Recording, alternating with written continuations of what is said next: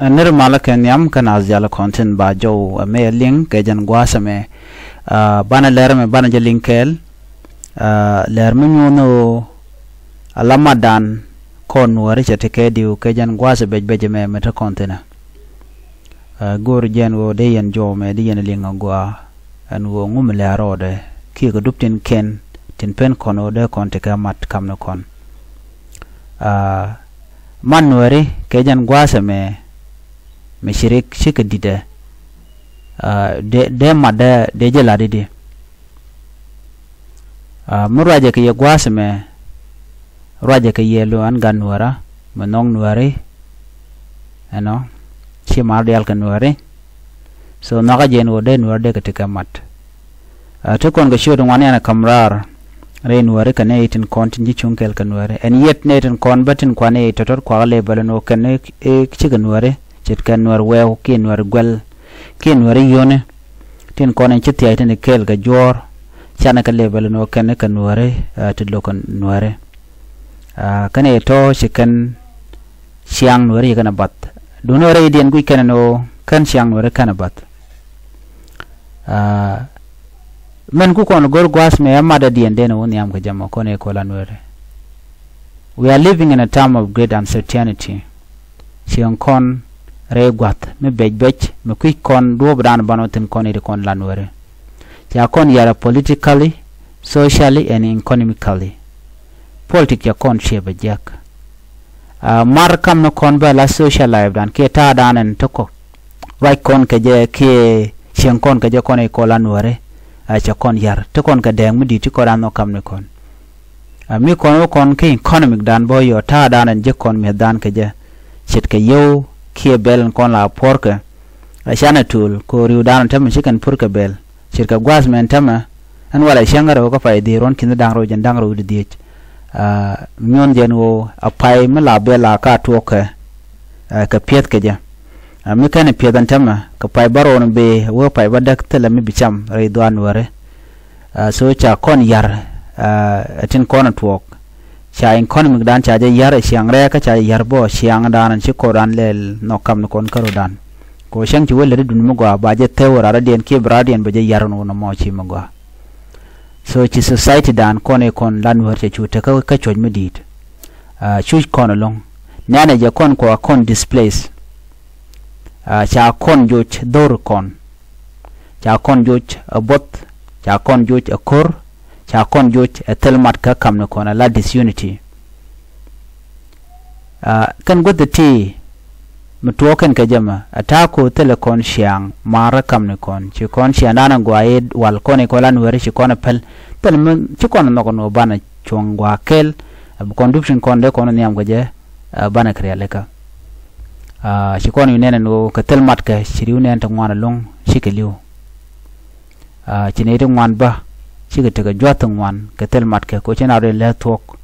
chi naw ka shuer chi naw ka luinat karo ko re dan kon ko lan wari siang nur medan ya chutel menudo di antama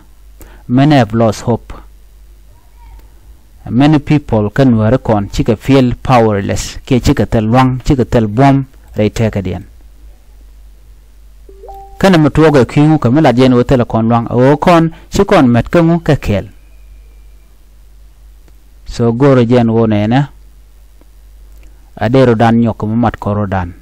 deran karwada dero da chare no en ganware en nyenware ano ki anwar mebe don war be jaladika madan gwanijen. This is not the time to give up name a time ko kon ko bane do dan jekel. This is a time to rise baran jekel bu kon let kel so medeu ko kondial ci kon bi give up ka ta chang titi ki bloy dan balur ki ban ro dan lar bar dan luar ta je ga me mi jokon mere nuar dan no ngai kon no nuar can to go nuar are very proud people me gi kone ano la loy dan la te de karo dan ka chang kon mi shana mat gwa ke na loy dan la te de long chang ngar ga ne ke le culture a music a dol mi ci dit benten missional lo ko dan tamalo shure lo ko tinyur mission wer gujina na gwada na taka mar bi ngaje no la le shede ko darbe no gwada man kanu ko dan nyut kana rodian duno ka jen yana gwada mo lo jerar ba beje long la we beje long ram chwala ne tijek long bi ne ram lat jor bare lo ko bina kilat ka goy ana kon cha kon ngach kata kamaran. We are known for our courage, our honesty, and our unwavering sense of justice. Ngai ka kon ka siang kontingo kalaran ka tuok anyok ke o la korda na mat gwa scale baro dan nyodo mende kono niam ko jejane namo waja kanwer community ka baja ngach kon ba shi kon mi je ci kon alet ci kon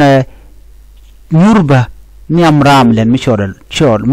niam ram len mi je ci ke ma yadi ci kon de nyu niam do me dong ci kan wer kon tin chan wer lok ba ci kon nyu niam dien. We do not kneel before wrong. We stand, we resist, we build and wale cha kena na mo ko kon ano dera andera chong ala nuer dera andera te ka rot ke de te ka diel ci raja mo chetel tiji yeno nene chan je nyok mission kon kel ko madan kel jen bana gwante ar bana je long ka mi juj kono mo ka bana politique dan le ro re dan bana je wuch bana social life in ci bejen tamma ta mar kam no kon siandan ci bana chang je ga me bana je wuch anyok bane kwan kietin je kon ke rewa ala economic bana jaka jam go be kon beto wano chibot chebeten so reality be ka ben mo ko ran kulomat de kon diala ngajena mo kon cha kon dak nyir cha kon dak adwal cha kon dak tel ngasa te to mi ngi kon dial kon lan wore tele med jeng me de ben ka kon so amu me de kon kulala lan tamam kejen gwada me mo ko la right no man were kejen gwasa me chirik chika dide entama amendien me de kona lat. So that should be the question me de work and run. Okay, man nyam de ro dan mat ko mat gwana jen de kon ngana kon de kon ka gang de kon right ke job me balinga ne ideal de ko dan be de ko dan look economically de ko dan look anyok de na mal de ne jaga jaman nyam de kon te ke mar kam no kon ken liang mu kwa kam no kon ke jen kuje mo de kon jere kon tin yan ka kon keten yar ka doran de kon ka lang ka mutuch kon karar nyodo ni yo de na shonkel ka jara jame ka dupren kon ne kon yam ka ja an ban yo je mu do dien nuara kel nuara jel kel gwana mal ka kon dial